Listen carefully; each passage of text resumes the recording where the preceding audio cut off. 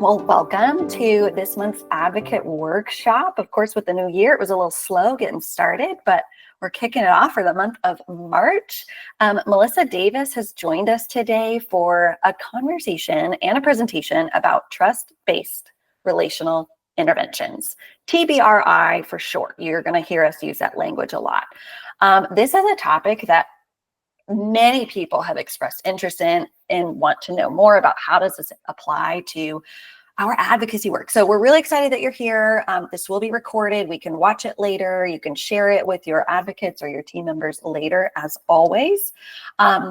So before we dive in, let me also just let you know of a couple upcoming events that are relevant, especially for you, our advocates who are on the call. We have a Cheers and Challenges next month. That's on April 14th. I will be sending out more logistics for registration and things like that soon, so keep your eyes out. This is specifically for paired advocates. And this is a place where our advocates can come and they can share like, hey, I'm serving my second mom. Here's what's going really well. I want to celebrate that. And here's where I would love some space to process, or I need a little extra support. So cheers for what's going well. And then the challenges of let's talking through that. And I will be the host of that event. So that is coming in April. And then our next workshop that will be relevant for our advocates is in June. So June 25th, we will have a guest speaker, Bonnie Jo Daniels, and she will be sharing more from her expertise. She is a licensed mental health practitioner, but also she'll be talking more about the nuances of domestic violence and how we can continue to support our mothers well if that's a part of her story. So really looking forward to those. You guys will be invited. Look for those invites coming soon.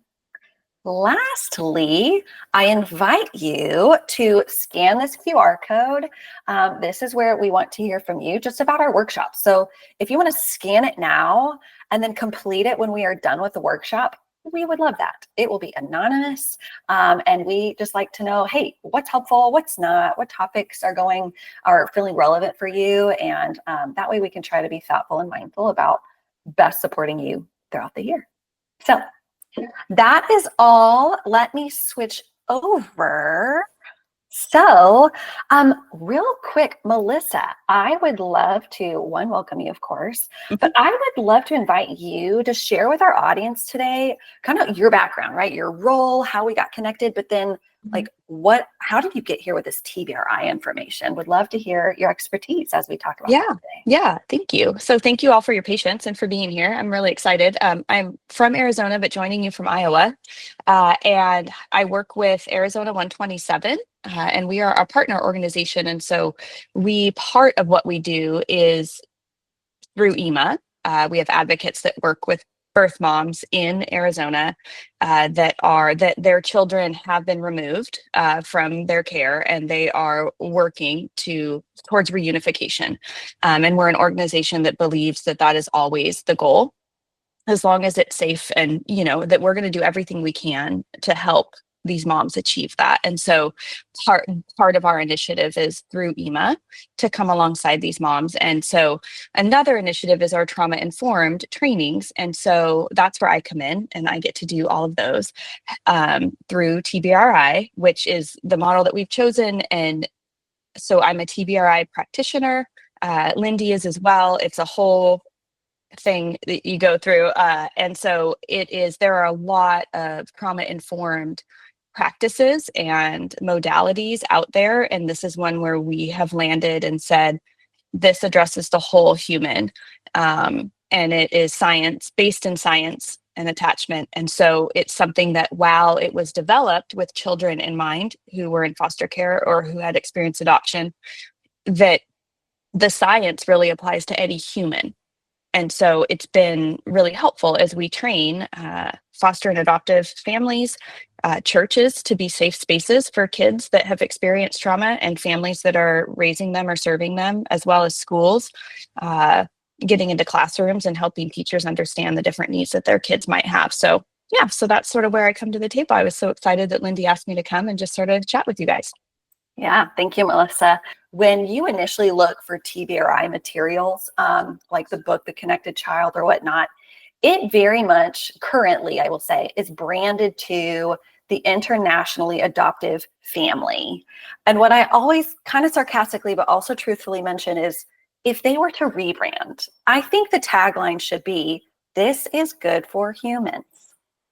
So I want to give you that heads up in case you go kind of look for it on your own online or through a book or whatnot. But exactly to what Melissa was saying, that we have found this to be so helpful in supporting, caring for, responding to the whole person.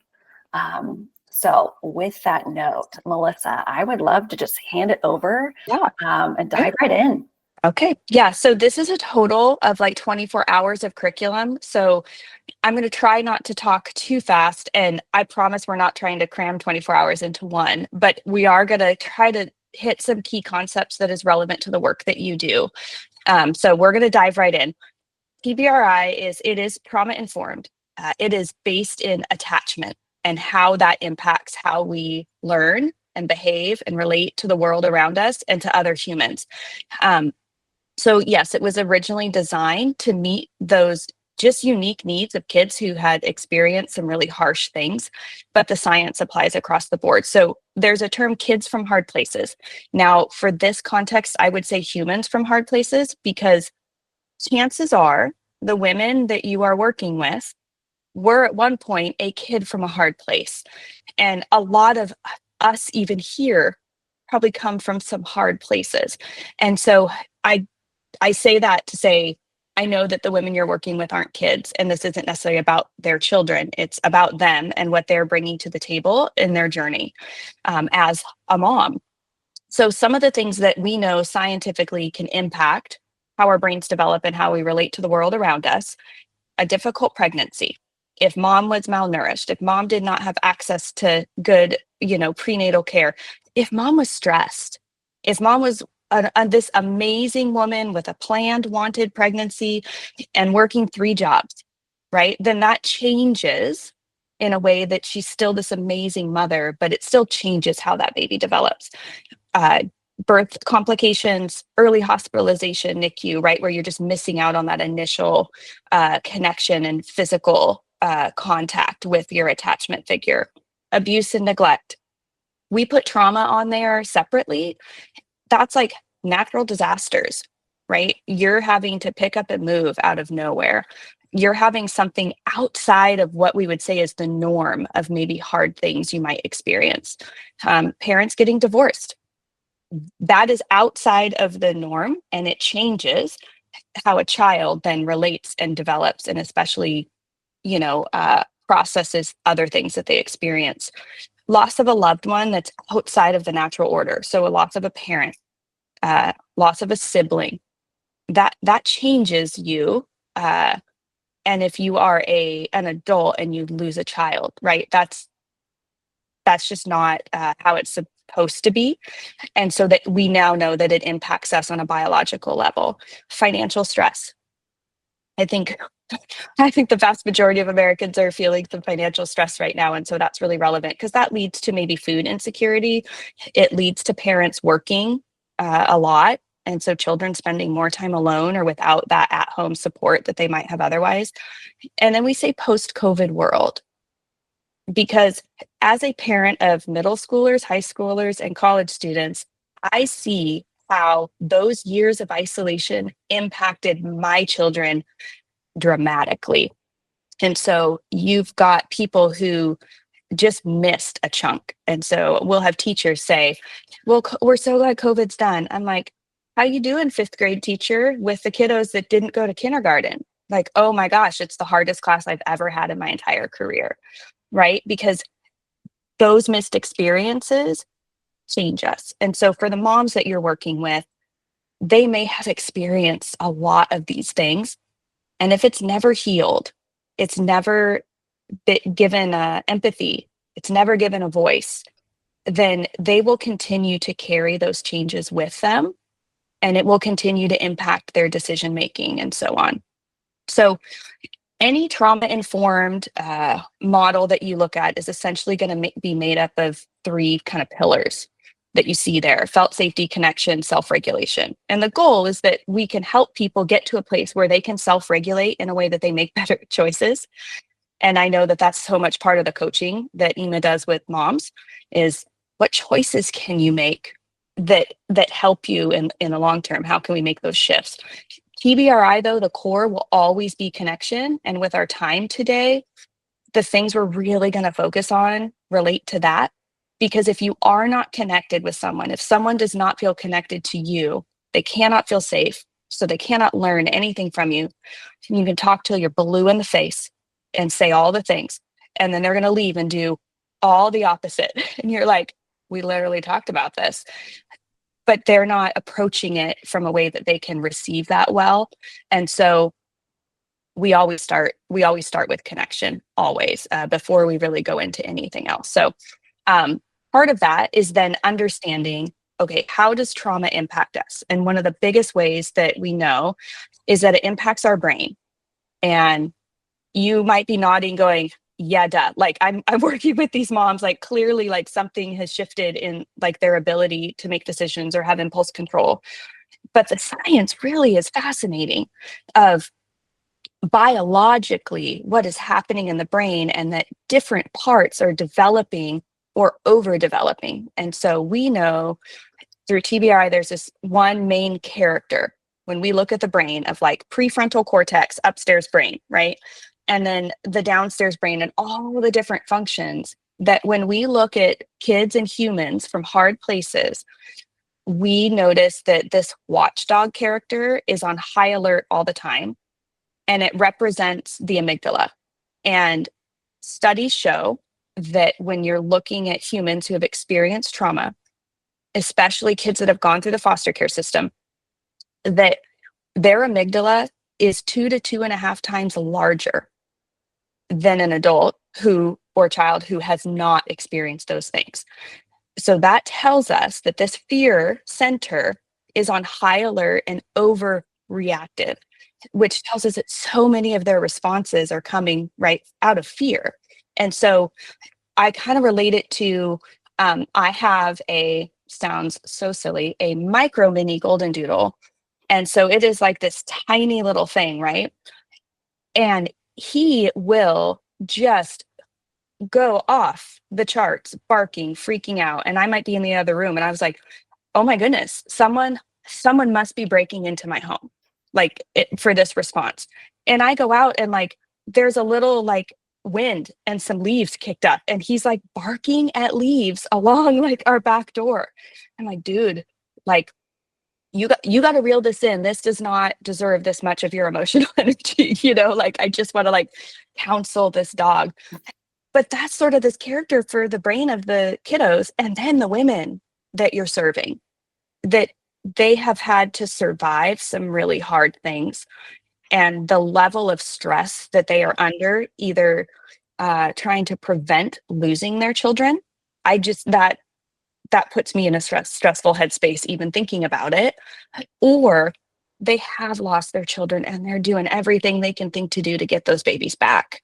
That this guy, this watchdog, in so many ways can sabotage their efforts because involuntarily they are responding to things out of fear. And so even if those hard things aren't happening anymore, we know from the ACEs study, I don't know if anyone's heard of it, of adverse childhood experiences, that even if it happened in childhood and you are no longer in childhood, this woman that you're serving, maybe she experienced abuse or poverty or some really hard things, but she's not in that anymore. And so there is a temptation to say, you got out of it. You're good. Let's shift gears, like let's reroute, like this is the time. And what we know through this study is that it just doesn't work that way.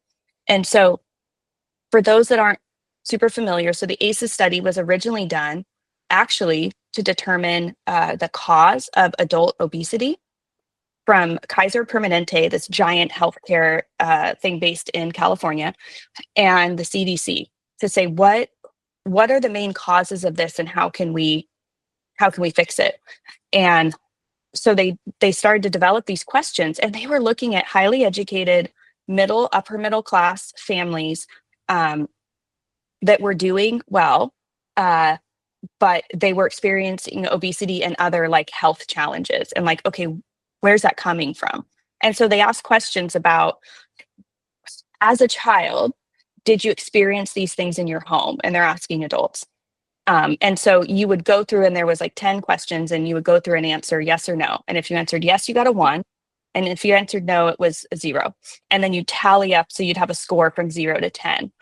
Um, and so after that, they had some fascinating responses. And so we just sort of pulled a few key ones, because a bigger percentage of the population than we realized has at least one, like 67%. But we know that an eighth of the population has 4 or more. That's a lot. Like, even of just who I can see on my screen, if we did it that way, at least one of us has 4 or more. And so for the women that we're serving, chances are, you guys, they're pretty high. So for people who have 4 or more ACEs, these are just a few statistics that you might look at and go, oh, yes, that has in fact happened. That is contributing a lot to the situation that they're in now. They are 11 times more likely to use intravenous drugs. They're 14 times more likely to attempt suicide. They are 4.5 times more likely to develop depression. And they are 4 times as likely to be sexually active by the age of 15. When I look at the moms we serve in Arizona, that last one, right? Like, they're not prepared to be a mama. And they find themselves in a really scary situation that continues to play out. And then all these hard things have happened, and then they're still a child, and hard things keep happening. And so that's just, I think, really important for us to take a minute and think about, what are these women bringing to the table? And that isn't their fault. It's even those choices that they might make that we look and we're like, girl, what are you thinking? Like, what are you thinking? Like, I might talk to my children in my home, right? Like, dude, like, how was that ever a good idea in your brain, right? To do that.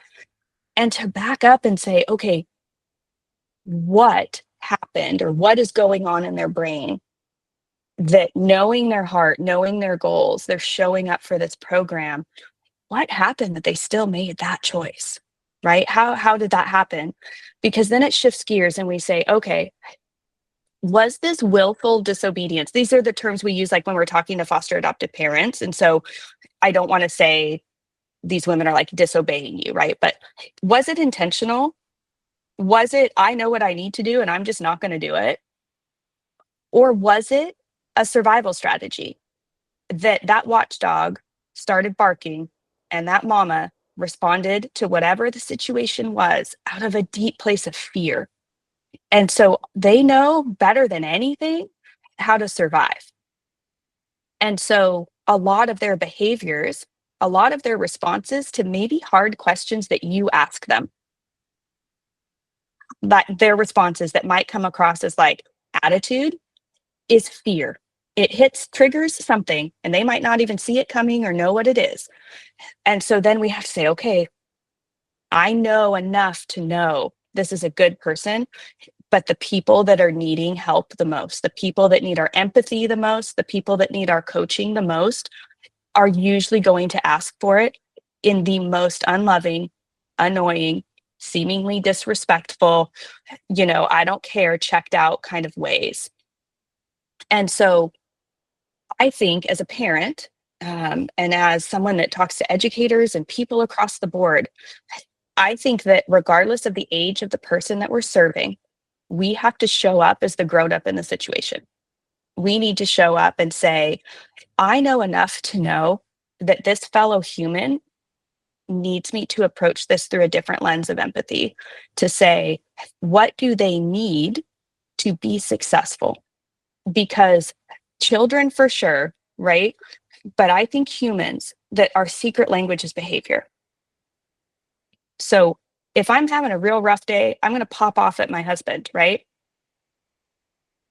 Probably more often than he would like. But he knows, typically now, it almost like drives me crazy, like, because I'll pop off and he'll be like, babe, are you hungry? Like, do not try to give me a snack right now. But also, yes, actually, it turns out I really am. And if I could just have a snack, I would approach the situation differently. that we all respond to situations behaviorally that might not be appropriate, but there's something else going on. And it's so that our closest relationships, the people that we are most connected with, are willing to see past that behavior and to know, I love this person, or I care about this person, or I see so much good in this person. I'm willing to listen beyond the behavior and figure out what they need. And so when you're serving these women and these moms, to be able to have them slack off, maybe not complete the homework, maybe miss an appointment, maybe they're late, maybe it appears like they're just there checking boxes, but they don't actually care. To look beyond that and say, maybe, what are they afraid of? What's keeping them from fully investing in this? Maybe they're so familiar with failure that it's really scary, right? Fully commit, to fully dive in, to fully invest. And then what if it doesn't go well? They're used to that. And so they almost protect themselves, and they control the failure. And so what can we do to help them drop those guards? And that's where we go to that idea of felt safety. There's a huge difference between feeling safe and being safe. You know that you're good people, that you're showing up in a role to serve these women, that you want to champion their case and their cause, and you will do anything you have to do to support them, right? But they might not feel that because of everything else they're bringing to the table. It's like if I'm watching a scary movie, I know it's just a movie, y'all. I know that there are lights and sound, and there's probably some crazy blooper reel and makeup artists or whatever, and all of these things. When I'm watching that movie, nothing in my body feels safe. I'm probably going to sleep with the hall light on, like, because it is so like it internally, right? That's why they make them how they do, to stir up all those feelings of fear. And like for some people, it's exciting, and I don't understand that. But this idea of, okay, how can we help these mamas feel safe? And so for someone to experience felt safety, the three cornerstones of that are that they feel seen, valued, and heard. That's where looking beyond the behavior comes in. Can we not just tell them, we care about you, we want you to do well, we're on your team, we're on your side? Are we on their team enough to feel disrespected, to feel like they're not fully committed, to be annoyed at their response to something, and look beyond that and see it as they're struggling with something, and I value them enough? And so I want to ask them and listen, what do you need? Because I know you want your babies back. I know you're not here because you don't care. Like, I know you're here because you care. I know you don't want to lose your babies. And the responses I'm getting don't match up with that. So what do we need? What do you need from me to feel like we can, connect on this? That's huge. That brings down the wall so much of fear of saying, I see you. I see you're doing this. And I know that that's not going to work. So what do you need? What do you need to be able to come to the table with me and trust that I want this to work for you as much as you do? And that you can try all you want, but I'm not going to give up on you. That is where then you see the walls start to come down, and you see that they feel safe to connect with you and be vulnerable. And you might hear things like, well, yeah, I really want it, but what if I'm not as good of a parent as they have now in foster care? Maybe they'll be better off there. And like, I'll never be able to get what they're getting there. Or what if I do get to keep my babies, but what if I'm still not good enough? What if this happens again? What if this hard happens? And then they're going to start to express their fears. That's golden. Because then you're like, okay, now we're talking. Yeah, let's figure this out. That makes it so valuable to spend that time. But sometimes we have to help them identify that barrier, to call it out and say, this isn't you. The things you're saying, the choices you're making, the way you're talking does not match up with, you want your babies. And I know that. And I just need you to know I know that. And I'm not giving up on you. So can we just get real? What do we need to do? So there's a few things that, like I said, connection is always the key. And some of these might feel juvenile or too simple, but I'm going to do my best to put them in the context of the role that you have with these mamas. And I will also say that while they might seem really simple, as you start going through your meetings and your days, you might realize how much you actually don't do it. So the first one is to get on their level. Now, if these were kiddos, I'd say, if you're talking to a 5-year-old, you need to kneel down to them because there's such a power differential. But what I would say to the mamas that and I call them mamas, like my heart, it's like, maybe I should say women, the parents that you're working with, they know that they're in a real tough spot, and you're someone that isn't in that tough spot. And there is then automatically somewhat of a power differential, somewhat of you have like the know-how that they don't. And so to be mindful of that real talk, of getting on their level, to say, either sharing what you're comfortable with of a place where you have been vulnerable or you have struggled, or being willing to say, like, Susie, I know you want your kids back. Like, I'm right here with you. And verbalizing that you're right there, and being mindful of not seeing so far down the road all the steps that she needs to take and where she should be, and to just literally meet her right where she is and be focused on that until she gets to the next little step. And then you're right there with her to the next little step. Because if we're always talking about the ultimate end goal of the program or the meetings or the goals with her case, that's really overwhelming. So if we can just be with them in that one step and then be with them in the next step, then they're going to be a lot more likely to not be overwhelmed and to stick with you and allow you the privilege of continuing on the journey with them.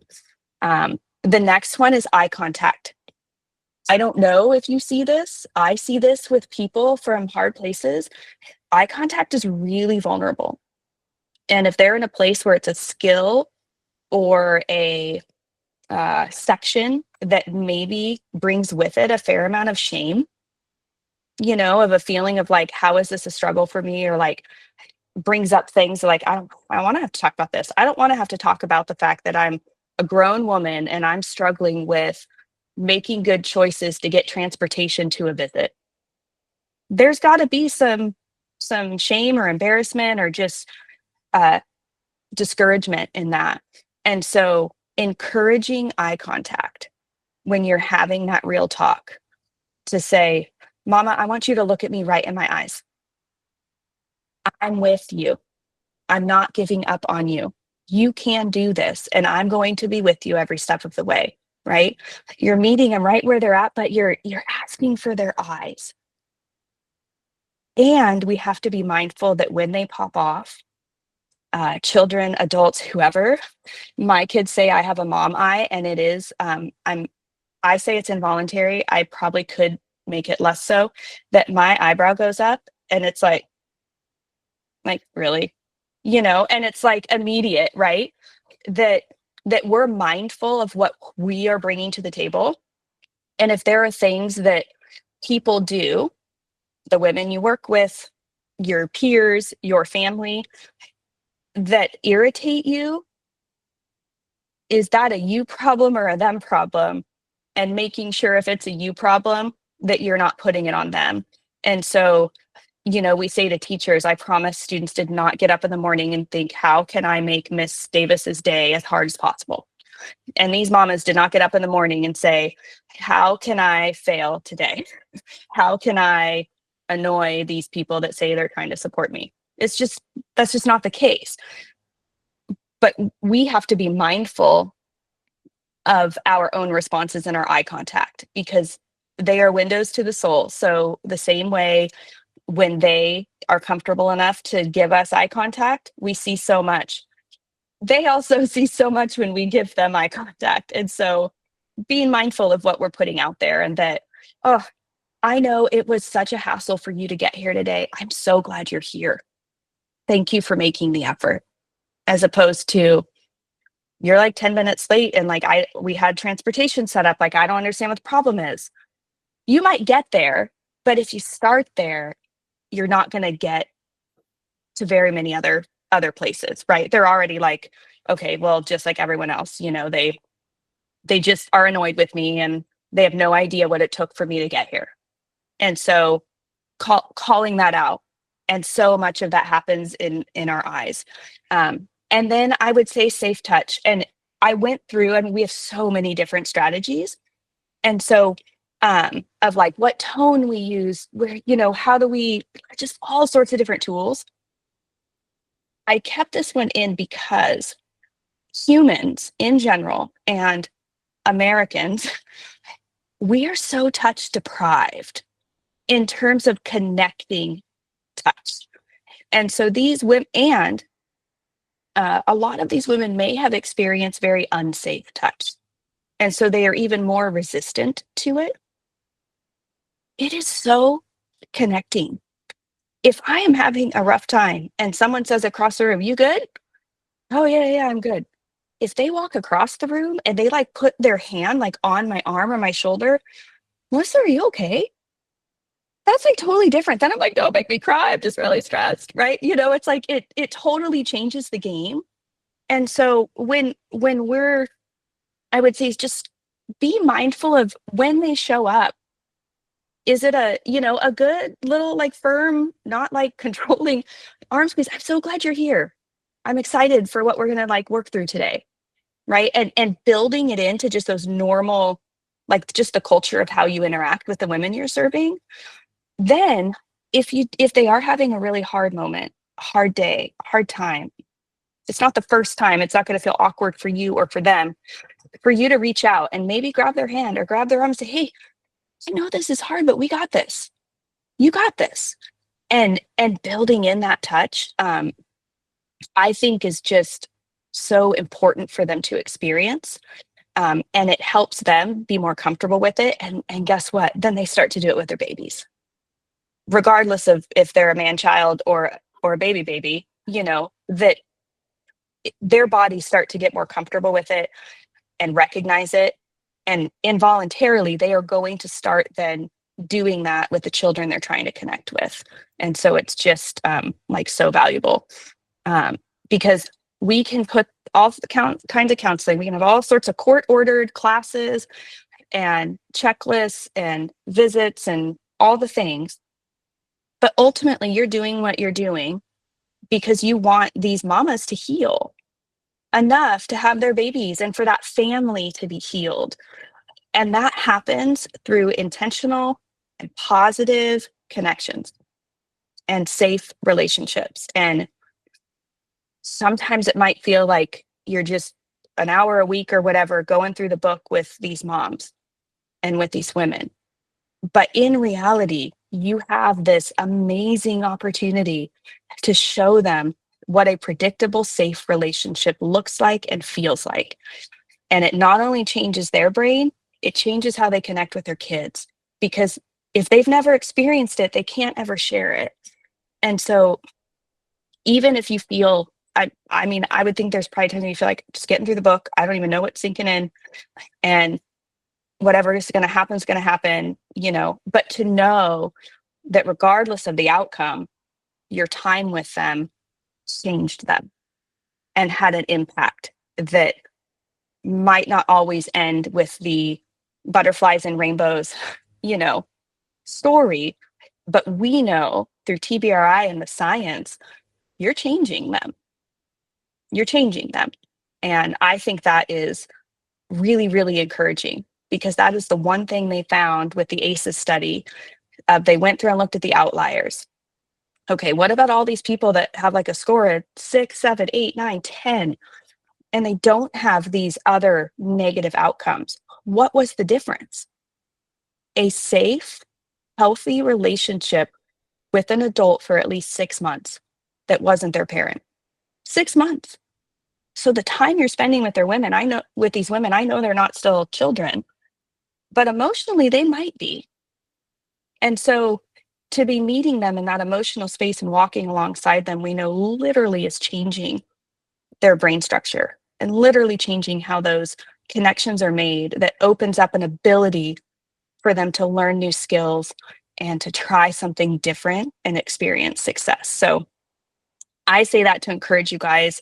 I could keep talking for probably 24 hours, but you guys are doing such amazing, important work. And I know sometimes it is so freaking hard. And so I just want to encourage you that if you can meet them where they're at and really try to focus on connection, that you will start to see improved responsiveness and ultimately a higher level of success long term for these mamas. Yeah. Thank you so much, Melissa. I talk so fast, so sorry. I know your pace was great, though we did cover a lot quickly. Yeah, a couple of things, ladies, I'm trying to think through each of you on the call, as of course, Melissa gave us a very thorough snapshot of TBRI. Something that stands out that is different from TBRI than I think many other good modalities, strategies, or whatnot, is that to implement TBRI well, we have to do a lot of our own work. And let's call it what it is, right? That if we're going to be able to extend even these strategies, even these tools towards the adult mothers that we're serving, we also have to keep ourselves regulated, right? We have to have enough emotional intelligence to be able to help her perhaps find language for what she's feeling in this moment. Maybe even being able to recognize that fear response, right? Mm-hmm. And I just think it's same for a parenting context, right? Which is really more the origins of TBRI. The parent has to be able to do this work with their child, alongside their child. And so as I think about each of you, whether you're the advocate or a program coordinator or whatnot, it's not just prescriptive tools to hand out, right? It really does come from us. And so I think we can be honest about that, man, okay, so that's hard. Maybe we didn't sign up for that work, right? Or we didn't know that we needed to do kind of our own emotional intelligence, learning, processing journey to be able to lean in well with mom. And the example you gave, Melissa, about your dog kind of yapping at nothing, essentially, Mm-hmm. right? Because the alert, maybe it's the fight, flight, or freeze going off in your dog. We don't know. But translating that context to people is there's a lot of room for us to be annoyed or frustrated or confused by the behaviors we see, right? You all have felt it, okay? Of course, we expect it when we're working with people. And so again, that's kind of where I was thinking, man, those are hard places to be. And let's be honest about it, while also seeking support and tools or whatnot, to be able to lean into okay, in my mind, I'm like, I know she's safe. Why is she freaking out or ignoring me or not listening or paying attention or whatever the behavior is? So I think it's helpful when, let's be honest about our humanness, right? While there's grace for us, while we're also learning to incorporate these tools as we walk alongside others in their various complicated situations. So thank you for all that you covered. Ladies, I am loving the chat that I'm seeing. There's just a couple comments of that facial expressions can change the entire conversation. Yes. Jesse mentioned posture, tone, and facial expressions are contagious. Yeah. Okay. So have we ever looked in the mirror at some of our common facial expressions? Because we might need to, right? Because maybe we're wondering why people are receiving the kind thing we said strangely. That's something that I always recommend, right? You're brushing your teeth in the morning. You're like, oh, I know what it feels like to make this face. Let me look at what does it look like on the other end. So again, we're on the journey too of practicing the things that we want to model for others or provide for others. Ladies, any questions that you have, we've got a few minutes. If you want to unmute and ask Melissa a question or two while we have you, I would love to just pause and invite you. Yeah, Belinda. Yeah, hey, great presentation. I really enjoyed it. I think in the beginning of the chat, I wanted to know how does um, um, children that have gone through the situation in foster care and all of that, how do they grow up how do they show up as adults? Mm, Because yeah. we forget So, about that part. They're not always going to be minors. So once they've gone right. through the foster care system, gone through high school, and so they Mm-hmm. get to have new relationships, trying to form family Mm-hmm. ties and stuff like that. How do they Yeah. show up? Because I have a personal experience with someone that was in foster care, and they noted that they have a hard time staying in relationships. So I just wanted to hear your take on that, because she Yeah. kind of asked me a question like, how do I show up? And I Mm, told her that she shows up very distant at times. She cares a lot, but there's always this kind of pushback. So I just wanted to hear yeah. your philosophy on that. Yeah. A big part of TBRI is attachment styles. And so as children experience hard things, and if they were in foster care, then they probably experience hard things with their biological parents, and then as well trying to adjust to a foster family, and knowing that biologically we just know that's not like where you started, even if it's from infancy. And so the women that you're working with is probably a really good indication of, okay, how it can go, right? um, but how amazing that that person is mindful enough to say, okay, I'm having, like, I don't understand, I really care, and I can't quite hang in there. um, and there's some deep work that can happen to what we would say get to a place of earned secure attachment. So you work through, uh, if you're finding yourself distant, that, and I know access is not easy for everybody, but that you are working through in, therapy, like what is keeping me from ultimately sticking in there, what's, um, that that they can earn that. It's not like if you didn't get it when you were a kid, you're just out of luck. um, but it absolutely changes, and we know that people who have experienced a fair amount of trauma that would have a high ACE score, children or adults, are often emotionally half their chronological age. So you might have a 50-year-old man who has a bunch of really unresolved trauma. And so he's continuing to make choices like a dude right out of college, and he's just like not advancing, because emotionally that's where things stopped. And until there's healing and some of that is opened up, the brain is going to be guarded and just hang out right there. Yeah, I'll add too, Belinda, a resource that I think is very helpful for just broadly adults with attachment is Mm-hmm. the book called How We Love. I put it in the chat. It's not going to necessarily be like a trauma-informed approach, but it's a really thorough, like, baseline understanding and growth pathway for just how we relate to others, what we learned in relationship, what we didn't learn. And I think similar to what Melissa is saying is this idea that attachment, you can sort of use the analogy of learning a language, right? Like, I didn't learn secure attachment early on if I have a lot of those unsafe experiences or disrupted relationships. It's not that I can't learn a new language at 45. It's just not going to be the same as if I were 2 years old learning a language, Right. right? It requires a little extra work when we're 45 years old. Versus, so I think that's perhaps a different way to think of attachment. So for the person you're thinking of, for them to have hope that, like, you can learn a new way, but it's not going to just show up one day, right? There's a Yeah. journey. She or he will be curious about their own path. And so I think How We Love could be, if they're ready to learn, if they're ready for support, Hmm. could be a good option. Yeah, great question. But let me also add too to what Melissa was saying, is that when we didn't receive those things early on, yes, we see it play out later in adult life through behaviors, through choices, through patterns, right? Through the ways that we cope with things that might be dysfunctional, right? Because we didn't really learn how to do it early on, or what we did learn when we were a kiddo, we're still doing into adulthood, even though maybe it's less appropriate now or whatnot. Mm-hmm. So I think there's a lot of grace and truth along the way, right? Like, the truth is, maybe it's dysfunctional for me now that I'm at my adult age, but the grace for me is that it worked somewhere along the way. It either kept me safe or kept me okay or kept me alive in, whatever way, somewhere along the way.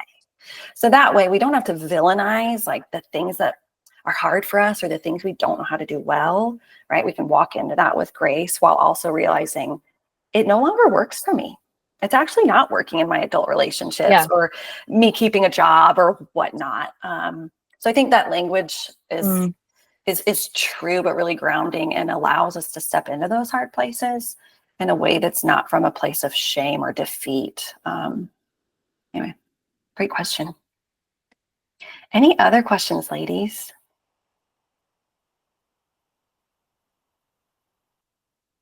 All righty. I Yeah, had a question. Just in regards to attachment, I found that in our lesson, there was one mom in particular that really froze and became pretty, I would say, detached while we were talking about attachment. Would you recommend spending some more time asking questions in regards to her response to the attachment questions and the attachment style questions? It seemed like she was very like open about her children, but when we started talking about herself, she froze and looked away. And I even asked her, I said, oh, I noticed that this is making, you pretty uncomfortable. And she said, yes. And, it was just like, she couldn't even respond because she didn't even know, like she's so out of touch because of her past abuse. So would you recommend like further counseling for her, like referral, or would you try to dig into that a little bit more in regards like to resources or spending some more time, like maybe having another lesson about attachment? You want to add your thoughts, Melissa? Yeah, that is tough. And it's, I think it's good to, when we said first felt safety, that seen, valued, and heard, for you to be able to say in that moment, ooh, I see that this is making you uncomfortable or this feels really hard. Do you feel comfortable sharing with me at all what's going on? And giving them an opportunity, and they might say no. And you say, I totally get it, right? And then, that is something that is not going to get solved in one session and one workbook section, but it's so good to call out, because they will never truly be able to connect with their kiddo that isn't in a way of just trying not to do what they experienced. That's still coming from a place of survival of just don't do that, just don't do that, just don't do that. As long as that doesn't happen to them, I'm doing okay. And it's still from a place of, of fear and some unresolved things. And so if the program that you're using allows a referral for counseling and they're open to that, what a gift, I think. What a blessing, but also so scary. And so to just be really mindful of having grace and giving them space. It can be uncomfortable for us to see somebody else really uncomfortable. And so for us to come to the table prepared to hold space for that and say, like, you don't owe me all the details, but I see that you're struggling here and you deserve healing.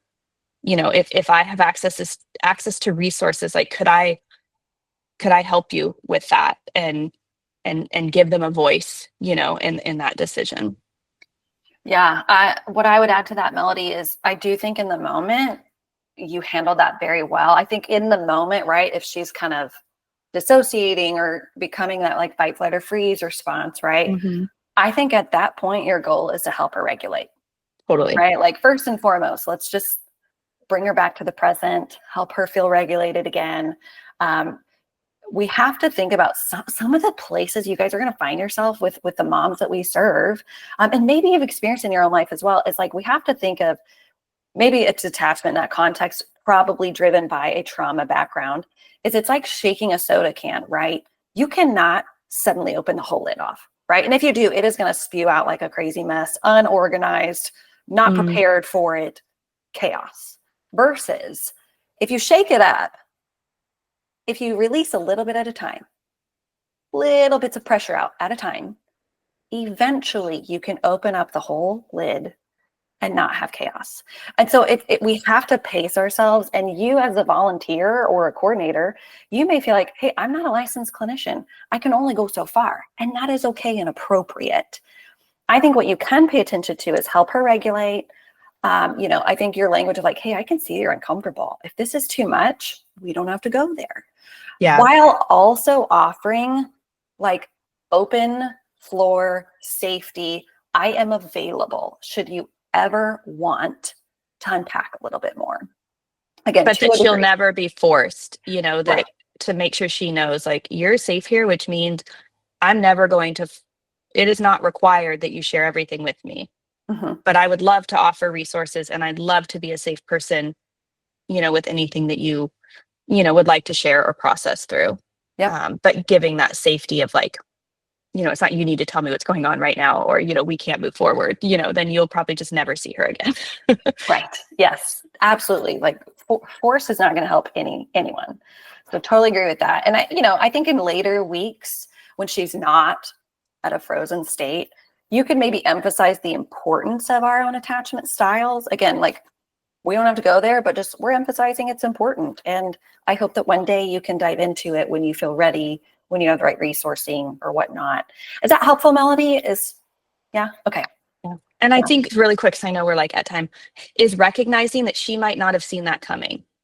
Yeah. Right. So she shows up, you guys are talking, then all of a sudden internally, there is that internal rough, safety, safety, safety, protect, protect, protect. And she doesn't even know exactly what's happening or where it came from. And so just focusing on regulating. So then maybe in the future, she might come back the next week and go, whew, I was thinking about it. And like this stuff kind of came up.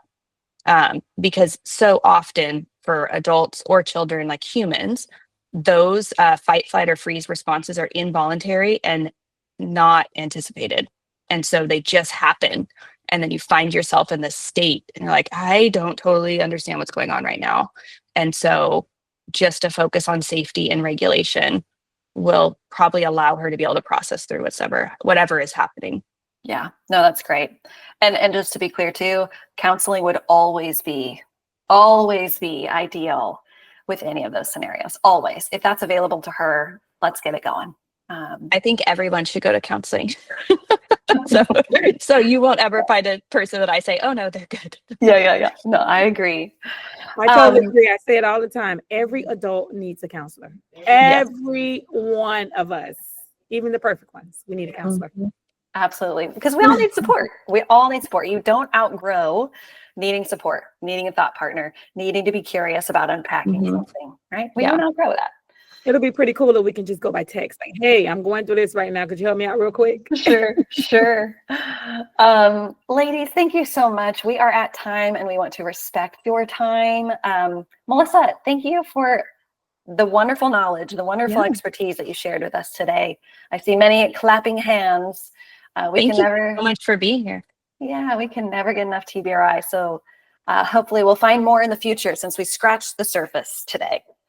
Well, thank you, everyone. And we will hopefully see you soon. Have a great day. Thank you, guys.